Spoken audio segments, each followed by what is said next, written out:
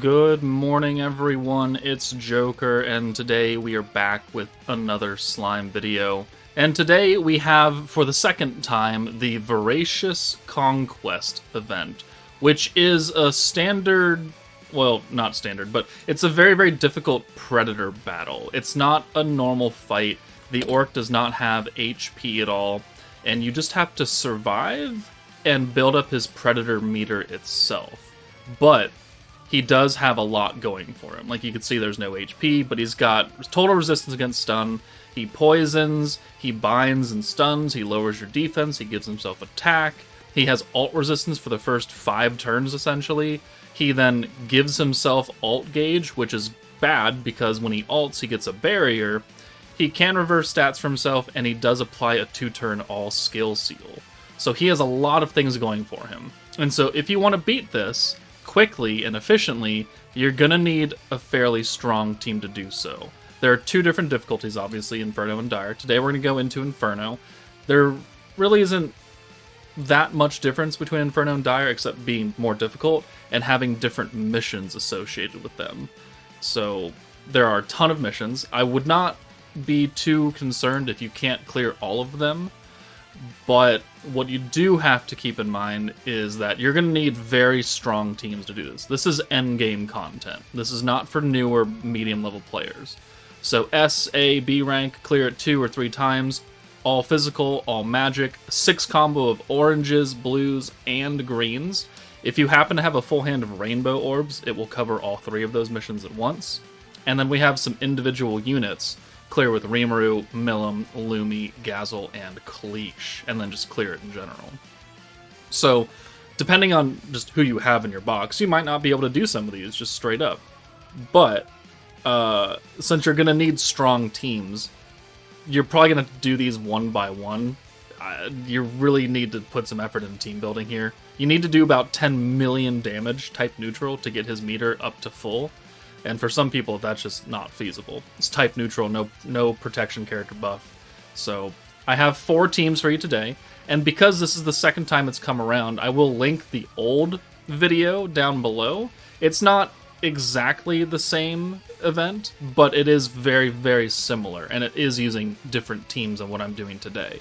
So between those, you'll have about 8 teams you can try and use. And if you found anything else, please put it down in the comments. But let's go ahead and get started. Alright, so the first team we're going to use is Danmachi, Hestia, Fern. We're not bringing Bell. Bell is not really good for this fight. Bell is not very good in general outside of his own beatdown battle, unfortunately. No type advantage, so weakness strike doesn't matter. His Pierce you have to use on turn 8, which sometimes you're not guaranteed to live to turn 8 with a lot of your units, so that's kind of a thing. But we are going to bring Fern for the EX up and alt down. We've got Shuna, we've got free-to-play Gazel, so we can get his mission out of the way. And then we've got Ice and Ryu. Whether or not that's feasible for you, I don't really know, but this is also a full magic unit team, so we are clearing a couple missions out with this. So, starting out, I'm looking for at least 5 hand, so we can convert with the Shuna, get the green buff, and that will give us access to Hestia next turn. Gazel really isn't doing anything except being a mission clear target. We don't need his skill chain or orb convert at all because none of these other characters are divine general. None of them are going to get the skill point increase. We have Ryu here for that anyways. And Ryu being here does mean that we get to heal quite a bit. You know, at least once a turn when she's up front, except when she's stunned or when her skill is sealed. And then you will not heal. Just keep that in mind.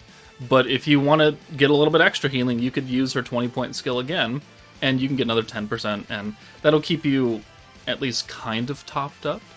But what we're really going for is the Ice single target ult, preferably on turn 6, but if that's not doable for you, maybe have to go a little bit further.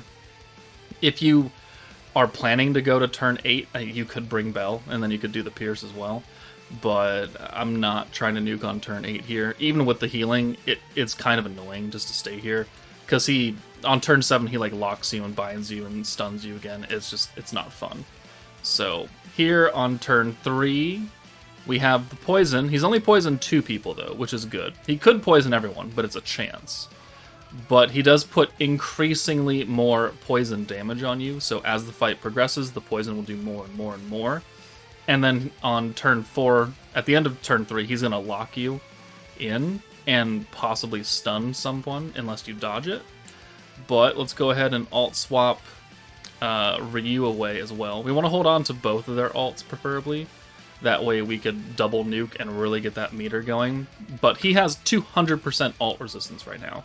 Alts do literally nothing for him. Do nothing to him. So, there's the heal. Alright, cool. Magic attack stacks. His alt, 3-hit barrier up. There's poison. There's the bind. Ryu is now stunned. And because Ryu is stunned, we're not going to get the passive healing. We're not going to get the magic stack. We're not going to get the skill point increase. And we can't use her skills anyways. So we're just going to send the 4 orbs, hold on to the two skills here, and then we can break the barrier. Sending the ult into the barrier means nothing because he still has alt resistance. But there's another ult, back to back, another 3-hit barrier, and now there's the all skill seal on turn 5. So you literally cannot do anything unless you bring characters up from the back. And I don't really care to do that. So not much we can do on this turn either, except re-break the barrier. And then on turn 6, that's where you're preferably going to nuke. Maybe turn 5 if you can break the barrier and then nuke after it, but we have the skill seal on, so that's not really feasible. So most people are going to be nuking on turn 6 here, or turn 7, depending on how things want to go for you. But let's go ahead and use the multi-skill for Shuna. Not that we really need to, but let's take her out now for Fern. We could do her alt and up and down. We could do the Ryu buff and the ice buff. And then we've got Hestia, who's going to give us 110, and that will allow us to use a little more of the wind attack from ice. Weakness strike from that skill, not doing anything because we're type neutral. But let's go ahead and use one more time. And then we can send 1, 2, 3, 4, 5, 6.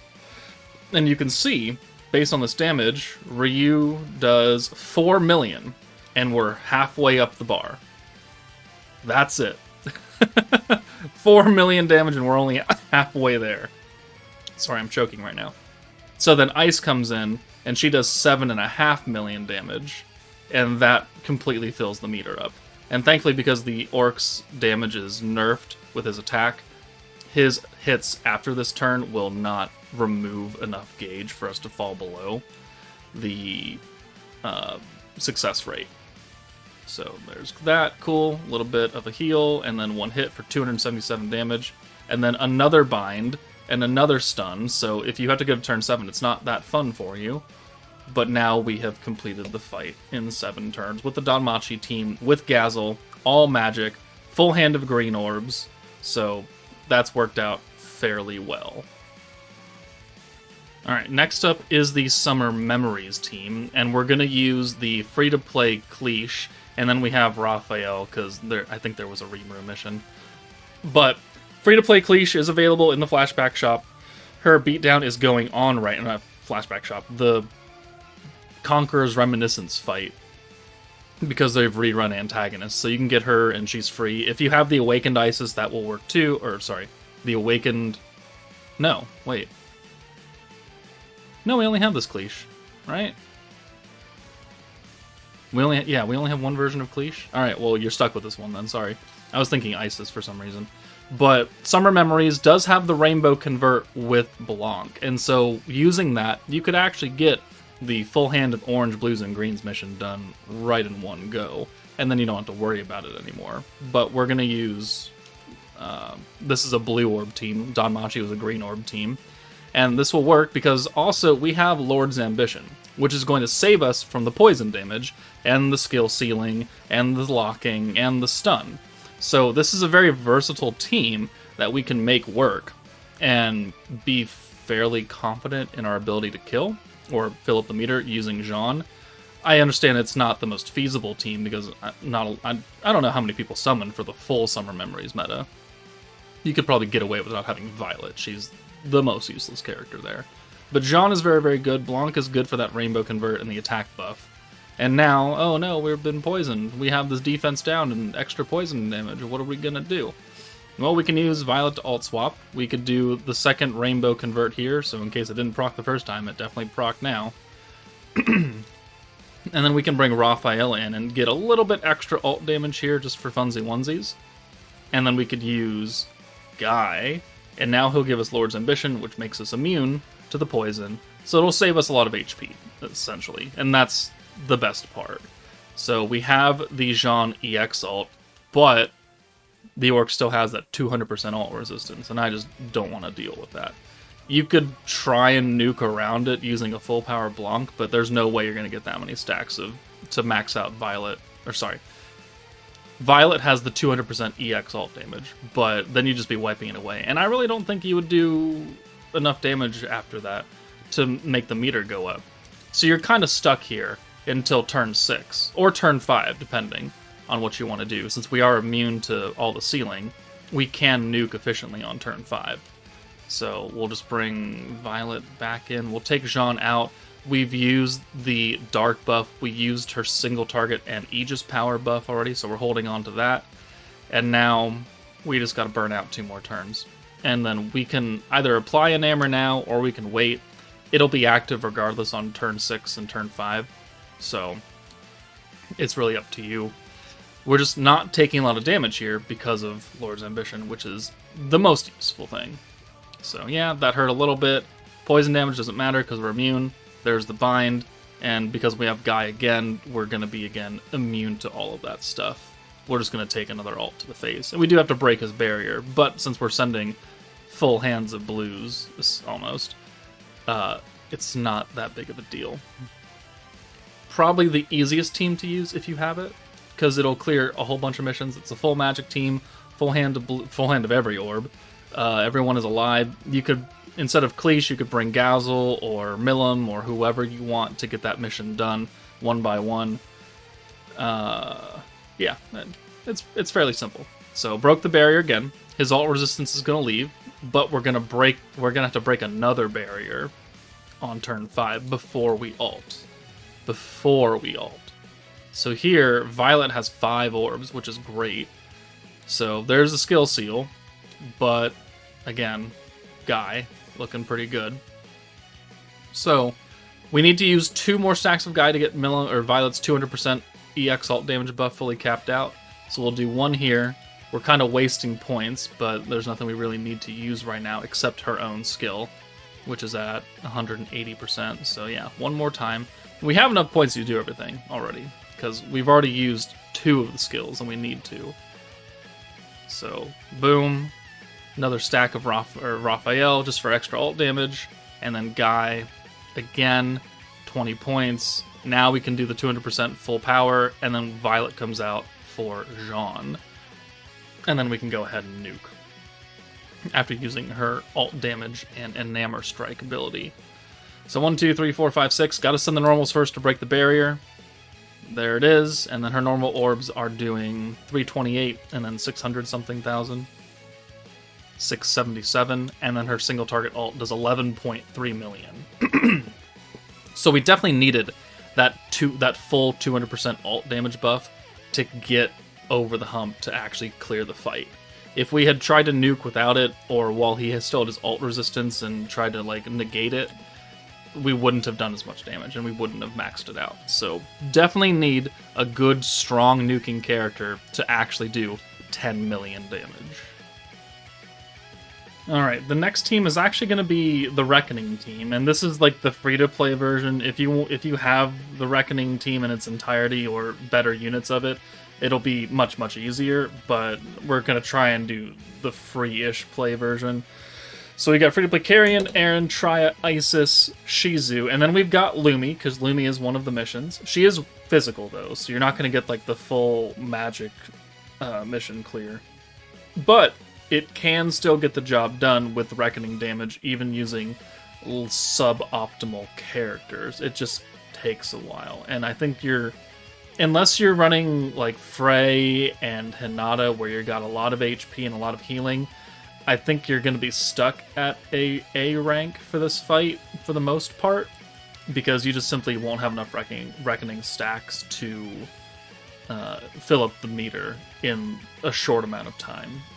So, what we're looking for is a good way to convert, and then after that, you just want Reckoning stacks. You want to use the healing skill with Lumi, you want to use the Shizu skills to get those extra stacks. Carrion will reset everyone by 1 level and also give you points back, so now we can convert with Lumi and do the green buff now. You know, we could have either done the green buff or the heal. Either one would have worked just fine, but I wanted the green buff so we can get another Carrion next turn with our traits. Right? Or do we not get it? I don't think we do, actually. Maybe it would have been better to just use the heal instead. That would have given us 6 more Reckoning stacks, essentially. But we have the AoE heal charm, because every time we heal, we get 2 stacks, and if it's an AoE heal, everyone gets a stack. But Shizu's kind of down on HP right now, so we do want to make sure that she is going to get healed from Lumi, from Carrion, and I want them as topped up as possible. So let's heal, let's convert again, boom, boom, we've already alt swapped, breaking the barrier, like that's something you have to deal with because the barrier is still going to be there once Reckoning starts to hit on turn 5. It's not going to do as much damage as you want unless you are using some of those premium Reckoning characters, or better than just straight up free-to-play units.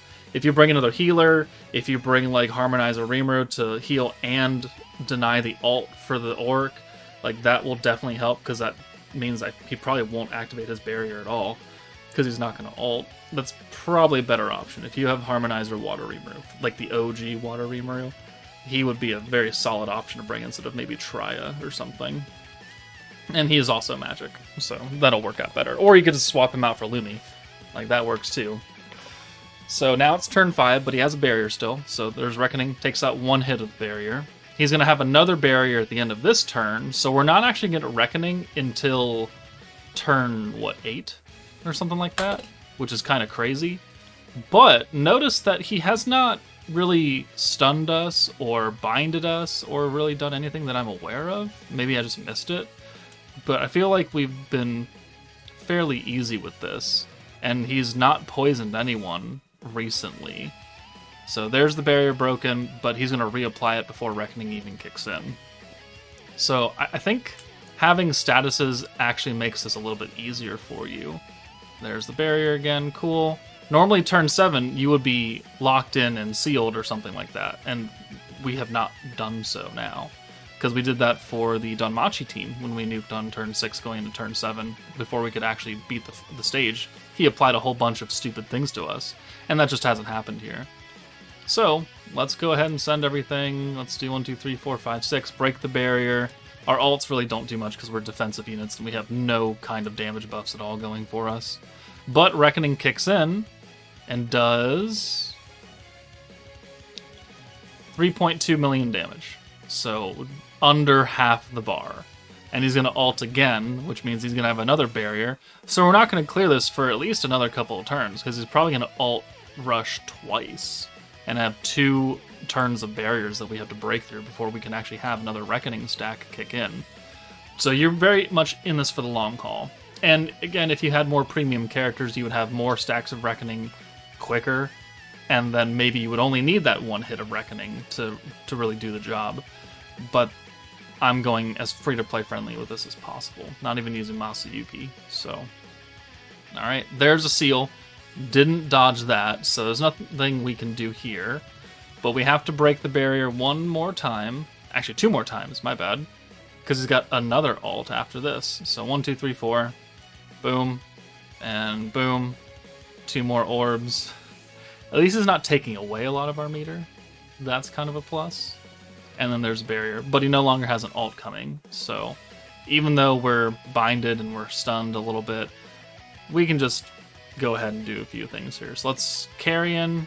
Let's orb change first. Let's increase our HP cap with Aaron. And then Carrion for the heal. More stacks. And then the heal from Lumi. Everyone nice and topped up again. This will be the last turn. So let's just break the barrier. And then Reckoning will kick in. And then we can clear it on turn 11.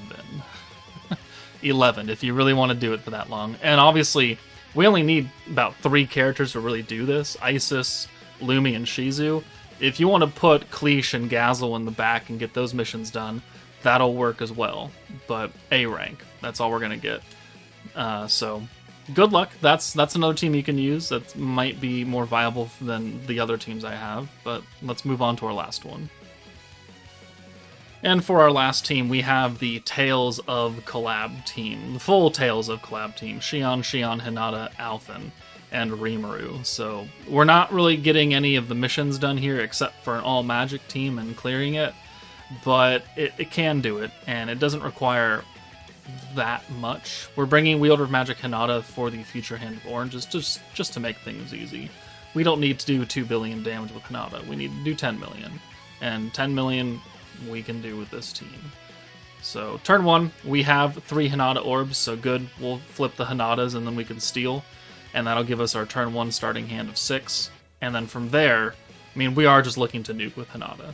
So if you don't have Hinata, you could bring another triple orb stealer, and you could try and do it with Alphen with his 200% alt buff. You'd still need a decent amount of support skills to make him do 10 million damage, though. And you'll be missing out on the crit resistance and the alt resistance down from Hinata herself, so that might be a bit tough. Probably better off using the Freerun team or something, or Warrior's Mind, or Schemer, or one of the other Spirit Masters, I think the 4th team from the first video. But still, 6 hand of Hinatas, and then after this turn, we can start using the Future Hand with the other Hinata, and then we don't have to worry about orange orbs, and we just need to keep stealing into 6 with Hinata, hopefully. Like this.